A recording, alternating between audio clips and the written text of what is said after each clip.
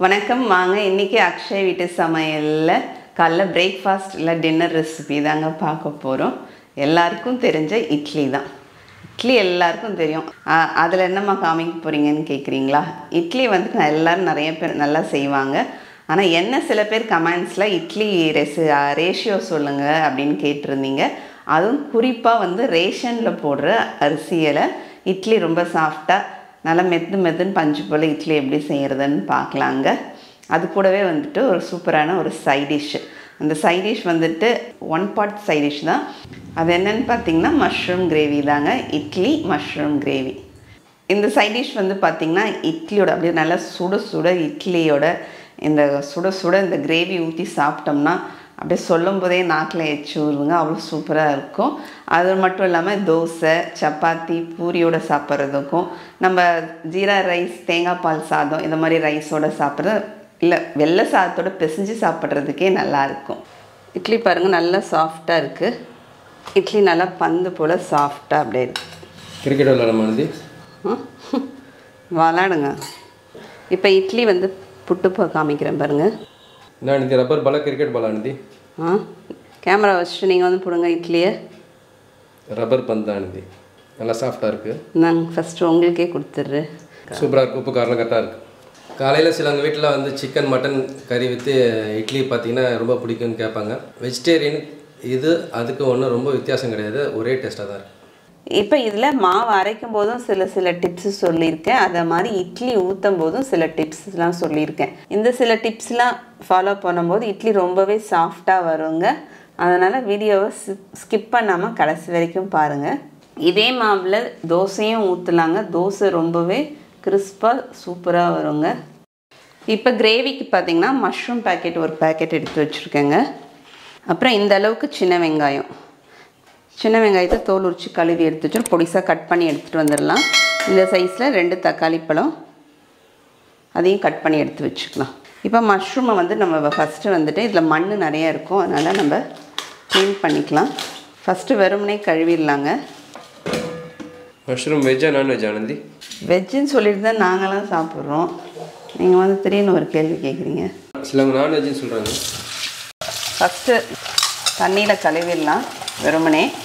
இப்போ நான் சும்மா வெறுமனே தண்ணியில் கழுவிட்டு இதில் அரிசி மாவு மைதா மாவு கார்ன்ஃப்ளவர் மாவு எது வேணாலும் போட்டுக்கலாம். நான் கார்ன்ஃப்ளவர் மாவு போட்டுக்கிறேங்க. இது ஒரு ஸ்பூன் அளவுக்கு போட்டுட்டு நம்ம அப்படியே இந்த மஷ்ரூமோட கலந்து வச்சிடலாம். அதில் ஏதாவது எங்கேயாவது இந்த இடுக்குங்களில் பார்த்திங்கன்னா மண் ஏதாவது ஒட்டி இருந்துச்சுன்னா நமக்கு இது மாதிரி பெசரி வச்சுட்டு கொஞ்ச நேரம் கழிச்சு கழுவும் போது நமக்கு க்ளீன் ஆகிடும். அதுக்கு தான் இது அப்படியே கொஞ்சம் நேரம் இருக்கட்டுங்க. இப்போ ஸ்டவ்வில் குக்கர் வச்சுருக்கேங்க. இப்போ இதில் ஒரு 2-3 டேபிள் ஸ்பூன் அளவுக்கு எண்ணெய் சேர்த்துக்கலாம். எண்ணெய் காஞ்சதுக்கப்புறம் 2 பிரிஞ்சி இலை 2 துண்டு பட்டை கூடவே பார்த்திங்கன்னா ஒரு 1/2 ஸ்பூன் சீரகம் 1/2 ஸ்பூன் அளவுக்கு சோம்பு இந்த சின்ன ஸ்பூனால் இதெல்லாம் சீரகம் சோம்பு எல்லாம் பொரிஞ்சு வரும்போது நம்ம கட் பண்ணி வச்சுருக்கிற வெங்காயத்தை சேர்த்துடலாம். சின்ன வெங்காயம் சேர்க்கும்போது கிரேவிக்கு வந்து டேஸ்ட் தூக்கி கொடுக்கும். அதனால தான் சின்ன வெங்காயம் ஒரு 20-25 போல் சின்ன வெங்காயம் எடுத்திருக்கேன். இப்போ அதை நல்லா இந்த ஜல்லிக்கரண்டி தோசைப்பல் நசுக்கி விட்டோம்னா நல்லா பிரிஞ்சு வந்துடும். இது கூடவே கொஞ்சமாக கருவேப்பிலையும் சேர்த்து நல்லா வதக்கிக்கலாங்க. அது வதக்கிறதுக்குள்ளே பார்த்திங்கன்னா நம்ம கார்ன்ஃப்ளவர் போட்டு பெசரி வச்சுருக்கிற அந்த மஷ்ரூமை கழுவி நல்லா க்ளீன் பண்ணி எடுத்துகிட்டு வந்துடலாம். மண்ணெலாம் நல்லா போய் நல்லா க்ளீனாக இருக்குது பாருங்கள். இப்போ இதை நான்வெஜ்ஜான்னு கேட்டிங்கல்ல, இது வந்து நான்வெஜ் இல்லைங்க. இது வந்துட்டு வெஜிடேரியன் தான். ஒரு அனிமல்ஸ்லேருந்து வர்றது தான் வந்துட்டு நமக்கு வந்துட்டு நான்வெஜ். இது வந்து ஒரு பிளான்ட் பேஸ்டு தான். அதனால் வந்துட்டு இது ப்யூர் வெஜிடேரியன் தான். இப்போ வெங்காயம் வந்துட்டு பார்த்திங்கன்னா இந்த அளவுக்கு ஒரு லேசாக ஒரு பொன் நிறத்துக்கு வதக்கிக்கணும். இந்த அளவுக்கு வதங்கினதுக்கு அப்புறம் ஒரு டேபிள் ஸ்பூன் அளவுக்கு இந்த ஸ்பூனால் இஞ்சி பூண்டு விழுது சேர்த்துக்கலாம்.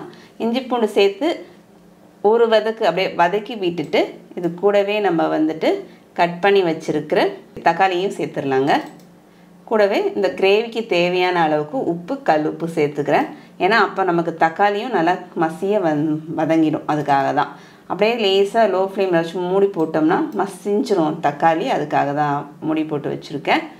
குழஞ்ச போல் ஆகிடும். 3-4 நிமிஷம் கழித்து நம்ம திறந்தோம்னாவே நமக்கு வந்துட்டு நல்லா மசிஞ்சிடும். கரண்டியால் வச்சு மசித்தோம்னா நல்லா மசிஞ்சிரும். இதே மாதிரி நல்லா ஒரு கலந்து விட்டோம்னா வெங்காயம் தக்காளியும் ஒன்று சேர்ந்த போல் ஆயிடும் நமக்கு. இப்போ இதில் லோ ஃப்ளேம் வச்சுட்டு இந்த தூள் வகைகள்லாம் இதில் வந்து சேர்த்துக்கலாங்க. ஒரு 1/4 ஸ்பூன் அளவுக்கு மஞ்சத்தூள், 1 ஸ்பூன் வெறுமிளகாத்தூள். நான் இந்த போடுற தூள்லாம் இந்த சின்ன ஸ்பூனில் தான் போடுறேன். 2 ஸ்பூன் அளவுக்கு தனியாத்தூள். இது எல்லாமே வீட்டில் அரைச்சது தாங்க. கரம் மசாலா தூள் ஒரு 1/2 ஸ்பூன். இதெல்லாம் சேர்த்துட்டு ஃப்ளேம் வந்து லோ ஃப்ளேமில் தான் இருக்கணும். ஏன்னா தூள் சேர்த்துருக்கோம் நம்ம, அதனால் அதை சேர்த்து ஒரு வதக்கு மட்டும் நல்லா வதக்கிடுங்க. இப்போ வந்துட்டு கட் பண்ணி வச்சுருக்கிற மஷ்ரூமை சேர்த்துடுறேன். சேர்த்துட்டு நல்லா எல்லாத்தையும் ஒன்று கலந்த போல் நல்லா வதக்கி விட்டுற வேண்டியது தான். இப்போ வந்துட்டு ஒரு 10-15 புதினா தலையை கழுவி வச்சுருக்கேன். அதை சும்மா கட் பண்ணிவிட்டு அதில் அப்படியே போட்டால் இதில் கிரேவியில் புதினா தழை சேர்க்கும்போது நல்ல மனம் வந்து பார்த்திங்கன்னா நல்லாவே ரொம்பவே சூப்பராக இருக்கும். அதுக்கு தான் புதினா தழை சேர்த்துடலாம். இப்போ உடனே நம்ம தண்ணியை சேர்த்துடலாங்க. தண்ணி வந்து இந்த கிளாஸால் 2 கிளாஸ் அளவுக்கு 100 அந்த கிளாஸுடைய மெஷர்மெண்ட் வந்து 100 ml. நான் ஒரு 200 ml தண்ணி ஊற்றிருக்கேன். 180லேருந்து 200 அளவுக்கு. தேங்காய் இப்போ மிக்ஸி ஜாரில் அது கொதிக்கிறதுக்குள்ளே மிக்ஸி ஜாரில் நான் தேங்காய் விழுத அரைச்சிட்டு வந்துடலாம். இந்த அளவுக்கு ஒரு 4-5 பீஸ் தேங்காய் இருந்தால் இந்த அளவுக்கு போதும். சின்ன சின்ன பீஸ் தான். அப்புறம் ஒரு 8லேருந்து 10 அளவுக்கு பாதி முந்திரி, ஒரு 2 ஸ்பூனால் 2 ஸ்பூன் கசகசா, ஒரு 1/4 ஸ்பூன் அளவுக்கு சோம்பு.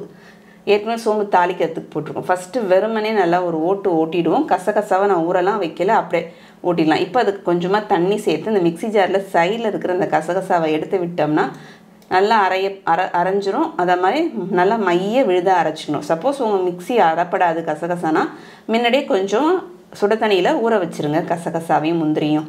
இப்போ நான் தண்ணி ஊற்றி கொதித்த நேரம் பார்த்திங்கன்னா தேங்காய் பத்தை போட்டு மிக்சியில் அரைச்சிட்டு வந்த நேரம் தான் குக்கரில் மீடியம் ஃப்ளேமில் கொதிச்சுது கிரேவி.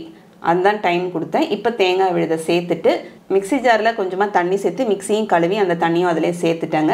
இப்போ மிளகுத்தூள் வந்துட்டு இந்த ஸ்பூனால் நல்லா 1 ஸ்பூன் அளவுக்கு மிளகுத்தூள் சேர்த்துருக்கேன். சேர்த்துட்டு நல்லா கலந்து விட்டுருங்க. கிரேவி வந்து திக்னஸ் வந்து பார்த்துக்குங்க. பார்த்துட்டு கன்சிஸ்டன்சிக்கு தகுந்த மாதிரி தண்ணி வேணால் கொஞ்சம் திக்காக இருந்துச்சுன்னா கொஞ்சமாக தண்ணி சேர்த்துக்கலாங்க. காரம் வந்து நான் கம்மியாக தாங்க சேர்த்துருக்கேன். இல்லைன்னா உங்களுக்கு காரம் ஜாஸ்தியாக வேணும்னா வெங்காயம் வதக்கும் போதே கூட ஒரு பச்சை மிளகாய் பொடிசாக கட் பண்ணியும் சேர்த்து வதக்கிக்கலாம். ஏன்னா வந்துட்டு எனக்கு காரம் கம்மியாக வேணும்னு காரம் கம்மியாக வச்சுருக்கேன். இட்லிக்கோ இல்லைனா வந்து வெரைட்டி ரைஸோட நம்ம தேங்காய் பால்சம் ஜீரா ரைஸோட சாப்பிட்றதுக்கு கொஞ்சம் செமி லிக்விடாக இருந்துச்சுன்னா நல்லாயிருக்கும். சாதத்தில் போட்டு பேசி சாப்பிடுங்க, வெரைட்டி ரைஸ்லாம் வேணாங்க. அவருக்கு வந்துட்டு சாதம் தான் வேணும். சாதத்தை வடித்து வச்சுட்டா குழம்பு ஊற்றி சாப்பிட்ருப்பார். எங்களுக்கு தான் வந்து ஜீரா ரைஸு தேங்காய் பால் சாதம் அப்படிலாம் பிடிக்கும். இந்த சாரீ வந்துட்டு பார்த்திங்கன்னா இந்த ஆன்லைனில் தான் வாங்குனது நான். இதில் என்ன ஒன்றுனா பியூர் காட்டன் சாரீ தான் இது. நல்லா சாஃப்டாக இருக்குது காட்டன் சாரீ. கட்டிட்டா உடம்புக்கு நமக்கு லைட் வெயிட்டாகவும் இருக்குது.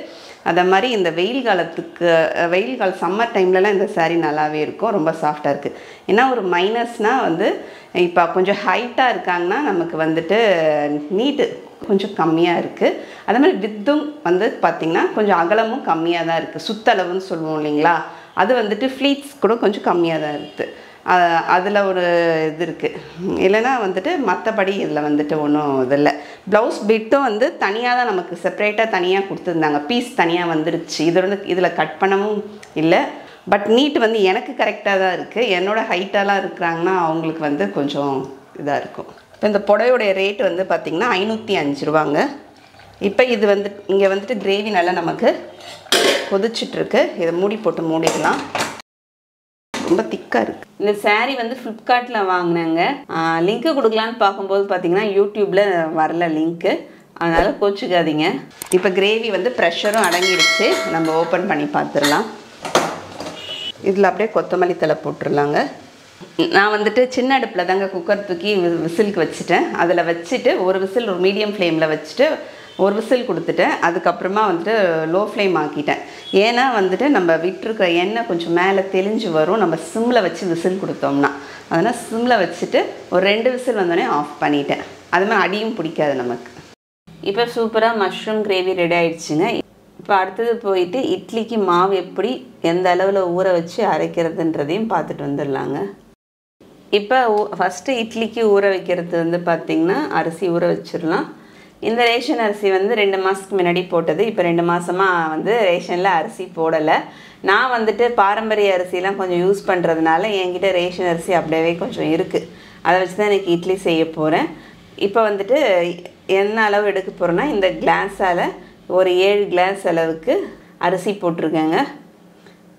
7 கிளாஸ் அரிசி போட்டுட்டு, ஏன்னா நமக்கு ரேஷன் அரிசி வந்து மாவு காணாது, அதனால தான் 7 கிளாஸ் அரிசி போட்டிருக்கேன்.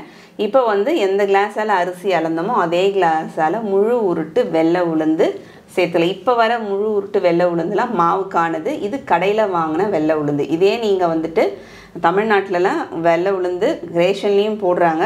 அந்த உளுந்து போட்டிங்கன்னா மாவு காணாது. அப்போ கொஞ்சம் கூட தான் சேர்த்துக்க வேண்டியதாக இருக்கும் உளுந்து. அப்போ வெந்தயம் வந்து இந்த சின்ன ஸ்பூனால் 1 ஸ்பூன் வெந்தயம். இப்போ எல்லாத்தையும் நல்லா கழுவி எடுத்துகிட்டு வந்துடலாம். சில பேர் வந்துட்டு உளுந்தை வந்துட்டு அரைக்கிறதுக்கு 1 மணி நேரத்துக்கு முன்னாடி தான் ஊற வச்சு அரைப்பீங்க. எனக்கு வந்துட்டு பழக்கம் வந்து பார்த்திங்கன்னா, அரிசி ஊற வைக்கும் போதே உளுந்தை ஊற வச்சுருவேன். இது ரெண்டும் சேர்த்து ஒரு 3 மணிலேருந்து 4 மணி நேரம் போல் நமக்கு ஊறணுங்க. நம்ம பாண்டிச்சேரி கவர்மெண்ட்டு நல்லா இட்லி இது மாதிரி அரிசி போட்டாங்கன்னா எல்லோரும் கடையில் வாங்காமல் அழகாக அவங்களுக்கு யூஸ்ஃபுல்லாக இருக்கும். அதனால் அவங்களுக்கு தான் நன்றி சொல்லணும். தரமான பொருளாக கொடுத்தாங்கன்னா மக்களும் விரும்பி வாங்குவாங்க. இதே வந்துட்டு நம்ம கடை அரிசியில் நான் செய்யும்போது பார்த்திங்கன்னா, நம்ம வந்து இட்லி அரிசி வந்துட்டு கடையில் நான் வந்துட்டு எப்பயுமே யூஸ் பண்ணுறது 5020 இட்லி அரிசி தாங்க யூஸ் பண்ணுவேன். அந்த 5020 இட்லி அரிசிக்கு ரேஷியோ பார்த்திங்கன்னா, இப்போ நான் ரேஷன் அரிசி வந்து நமக்கு மாவு காணாது. அதுக்காக தான் 7 கிளாஸ் போட்டிருக்கேன். 1 கிளாஸ் உளுந்துன்னு போட்டேன். இதே நீங்கள் கடை அரிசி போடுறீங்கன்னா 6 கிளாஸ் போட்டுக்குங்க. 1 கிளாஸ் உளுந்து, வெந்தயம் அதே அளவு தான். இதான் மெஷர்மெண்ட் அதுக்கு. இப்போ அரிசி உளுந்தெல்லாம் நல்லா ஊறிடுச்சு. இப்போ வந்துட்டு நம்ம அரைச்சி எடுத்துகிட்டு வந்துடலாம். இப்போ கிரைண்டரில் வந்து பார்த்திங்கன்னா வந்துட்டு டேபிள் டாப் கிரைண்டருன்றதுனால ஃபஸ்ட்டு வந்துட்டு வெந்தயத்தை போட்டுருவோம். இதே நீங்கள் பெரிய கிரைண்டர் வச்சுருக்கிறீங்கன்னா, பழைய கிரைண்டர்லாம் அதில் போட முடியாது. அப்போ அரிசி உளுந்தையும் ஒன்றா சேர்ந்தே போட்டுக்கலாம். இப்போ நான் வெந்தயத்தை ஃபஸ்ட்டு போட்டு ஒரு குழப்பி ஒரு 3-4 நிமிஷம் குழப்பி எடுத்துக்கிட்டோம்னா அது நல்லா அரைப்பட்டுரும். இப்போ இந்த அளவுக்கு நல்லா நமக்கு மஞ்சி வந்துடும். அப்போ அதுக்கப்புறமா நம்ம வந்துட்டு உளுந்து சேர்த்துக்கலாங்க. உளுந்து சேர்த்துட்டு அரைக்கும்போது தண்ணியை வந்து மொத்தமாக சேர்த்துடக்கூடாது. நம்ம நடுவில் திறந்து பார்த்து தண்ணியை தெளித்து ஒரு 3-4 தடவை நம்ம வந்துட்டு அரைக்க வேண்டியதாக இருக்கும். சைடில் அதை மாதிரி வந்துட்டு இந்த டேபிள் டாப்பில் சைடில் வந்துட்டு உளுந்து வந்து நின்றுடும். அதை கையை வச்சு எடுத்து விட்டு வச்சு எடுத்தோம்னா தான் அது கீழே போய் மைய நல்லா அரைப்பட்டு வரும். இப்போ இந்த பாதி அளவுக்கு நல்லா மாவு அரைப்பட்டு வந்திருக்கும்போது இப்போ நம்ம தண்ணி திரும்பியும் வந்துட்டு சேர்த்துக்கலாம். ஏற்கனவே ஒரு 2 தடவை சேர்த்துட்டேன். ஒரு 3ஆவது தடவை சேர்த்துட்டு நான் வந்து உளுந்தை ஊற வச்ச நல்ல தண்ணியில் தான் கழுவிட்டு ஊற வச்சுருக்கோம். உளுந்து ஊற வச்ச தண்ணியை தான் யூஸ் பண்ணி மாவு ஆட்டி எடுத்துருக்கேங்க. இப்போ உளுந்து வந்துட்டு நல்லா வந்துட்டு மங்கிருச்சு. இப்போ எடுத்த வெண்ணெய் போல் நமக்கு அப்படியே இருக்கும். இந்த உளுந்து வந்து அரைப்படுறதுக்கு பார்த்திங்கன்னா எனக்கு வந்து ஒரு 1/2 மணி நேரம் போல் ஆச்சு. நம்ம எடுத்துக்கிட்ட அளவுக்கு தகுந்த மாதிரி உளுந்துக்கு அரைப்பட டைம் எடுக்கும். இதோட கொஞ்சம் கூட எடுத்திங்கன்னா ஒரு 40 நிமிஷம் கூட ஆகும் அரைப்படுறதுக்கு. நம்மளுடைய கிரைண்டருடைய தன்மையை பொறுத்தும் இருக்குது ஒவ்வொருத்தவங்களுடைய கிரைண்டர். இப்போ உளுந்து நல்லா மஞ்சள் வந்துருச்சு. இப்போ வந்துட்டு நம்ம ஒரு பாத்திரத்தில் உளுந்தை எடுத்துடலாம். அதே மாதிரி உளுத்த மாவு வந்து நமக்கு நல்லா தக்கையாக இருக்கும். அப்போ தான் நல்லா வந்து மைய அரைப்பட்டிருக்குன்னு அர்த்தம். இப்போ வந்துட்டு ஃபஸ்ட்டு நிறைய பேருக்கு தெரியும், டேபிள் டாப் கிரைண்டரில் ஃபஸ்ட் தண்ணி சேர்த்துட்டு நம்ம அரிசி சேர்ப்போம். இல்லை பிக்னர்ஸ்க்காக சொல்கிறேன். தண்ணி கொஞ்சமாக சேர்த்துட்டு அதுக்கப்புறமா அரிசியை நம்ம சேர்த்துடலாங்க. அரிசி சேர்த்து நல்லா வந்துட்டு நம்ம அரைச்சி எடுத்துக்கலாம். இப்போ நான் வந்துட்டு இட்லிக்கு வந்துட்டு அரிசியை வந்துட்டு சில பேர் ரவை பதத்தில் அரைப்பீங்க. ஆனால் அந்த மாதிரி நான் அரைக்க மாட்டேன். நான் கொஞ்சம் மையாவே அரைச்சி தாங்க எடுப்பேன். இப்போ அந்தளவுக்கு நல்லா மைய அரைச்சி எடுத்ததுக்கப்புறம் இது கூடவே வந்துட்டு நம்ம ஏற்கனவே அரைச்சி வச்சுருக்கிற உளுந்தையும் இதிலே சேர்த்துடலாம். இதை சில பேர் கையால் நல்லா குழப்பி விட்டு கலந்து விடுவாங்க. எனக்கு ஒன்றாவே போட்டோம்னா நல்லா கிரைண்டரில் மிக்ஸ் ஆகிடும். இப்போ இதில் உப்பு நமக்கு தேவையான அளவுக்கு கல்லுப்பு சேர்த்து மாவை கலந்து வைக்கிறது தான் நல்லது. அதே மாதிரி உப்பு சேர்க்காமல் மாவை வந்து எடுத்து வைக்கக்கூடாது. உப்பு சேர்த்து தான் மாவை கரைச்சி வைக்கணும். இது பெரியவங்க சொன்னது. அப்படி தான் செய்கிற வழக்கமும் கூடங்க.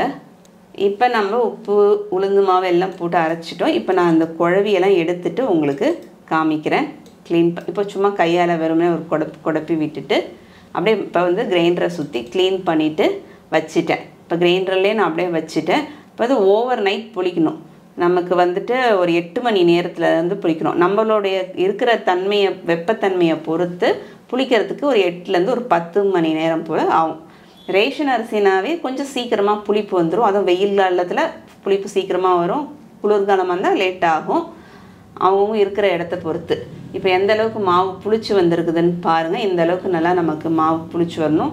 அப்படியே கரண்டியை போட்டு லேசாக ஒரு கலந்து விட்டுறான். அப்படியே மேலாப்பில் எடுத்து உடனே இட்லி ஊற்றுறதோட இந்த மாதிரி லேசாக கலந்து விட்டுட்டு ஊற்றினாவே இட்லி நல்லாயிருக்கும். நீங்கள் எடுத்து இந்த மாவு ஃப்ரிட்ஜில் வச்சுட்டு மறுநாள் இட்லி ஊற்றினாலும் நல்லாயிருக்கும். ஃபஸ்ட்டு நம்ம அரைச்சி புது மாவில் இட்லி ஊற்றி சாப்பிட்றது நல்லாயிருக்கும். அதுக்கப்புறம் இதே மாவு வச்சுட்டு 2 நாள் தோசை ஊற்றி சாப்பிட்றதுக்கும் நல்லாயிருக்கும். அதுக்கப்புறம் கோழி பணியாரம் ஆனியன் ஊத்தாப்பம் சாப்பிட்றதுக்கும் நல்லா இருக்குங்க. இப்போ இட்லி தட்டில் நான் எண்ணெய் தடவிக்கிறேன். எண்ணெய் வந்து முக்கியமாக வந்துட்டு பார்த்திங்கன்னா நல்லெண்ணெய் வந்து சேர்த்து தடவிக்கிங்க. அதுவும் ஒரு டிப்ஸு போல தான் நல்லாயிருக்கும். இட்லிக்கு நல்லெண்ணெய் இந்த இட்லி தட்டில் தடவி விட்டு இட்லி ஊற்றும் போது சும்மா ஒரு ட்ராப் தாங்க நமக்கு வந்து விடணும், ரொம்ப நிறையலாம் இல்லை. இப்போ மாவு ரொம்ப கெட்டியமாக இருக்குதுன்னா மட்டும் கொஞ்சமாக இட்லி ஊற்றுற மாவு பதத்துக்கு நம்ம கொஞ்சமாக தண்ணி சேர்த்து கலந்துக்கலாம். இட்லியை ஊற்றிடலாங்க. மெயினாக கவனிக்க வேண்டியது இட்லி வேக வைக்கும்போது இந்த இட்லி குண்டானில் தண்ணி கொதிக்கணும். இது முக்கியமான டிப்ஸுங்க. அப்படி தண்ணி கொதித்து இட்லி ஊற்றி எடுத்து வைக்கும்போது தான் இட்லி ரொம்ப சூப்பராக வரும். அதே மாதிரி அடுத்தது கீழ்த்தட்டு எப்படி குழன்னு ஆகாமல் இட்லி எடுக்கணும்னு பார்த்திங்கன்னா, கீழே இருக்கிற இட்லி மாவு ஊற்றிக்கிற அந்த இடத்துல மேலே இருக்கிற இந்த 3 ஹோல்ஸும் வரணும், ஆப்போசிட்டாக இருக்கணும். அப்போ தான் வந்துட்டு இட்லி கீழே தண்ணி சிந்தாமல் இருக்கும். அடுத்த டிப்ஸு பார்த்திங்கன்னா, ஹை ஃப்ளேமில் வச்சு இட்லியை வேக வச்சிங்கன்னா கண்டிப்பாக கீழே வந்து தண்ணி சிந்திடும். மீடியம் ஃப்ளேமில் வேக வைங்க. அப்போ தான் கீழே இட்லி தட்டிலையும் தண்ணி படாமல் குழன்னு ஆகாமல் இருக்கும். இப்போ இட்லி வந்து 8லேருந்து ஒரு 10 நிமிஷம் போல் நமக்கு வேக வைக்கணும். இதை மாதிரி செஞ்சிங்கன்னா எல்லாருக்குமே சூப்பராக பந்து போல் இட்லி வரும். இட்லி நல்லா பந்து போல் சாஃப்டாக அப்படியே இருக்குது. கேமராமேன் டேஸ்ட் பார்த்துட்டாரு. இப்போ நான் டேஸ்ட் பார்த்துட்றேங்க. நீங்களும் இந்த ரேஷியோவில் இந்த மெத்தடில் செஞ்சு பாருங்கள். செஞ்சு பார்த்துட்டு எப்படின்னு கமெண்ட்டில் சொல்லுங்கள். அடுத்த வீடியோ பார்க்கலாம். தேங்க்யூ.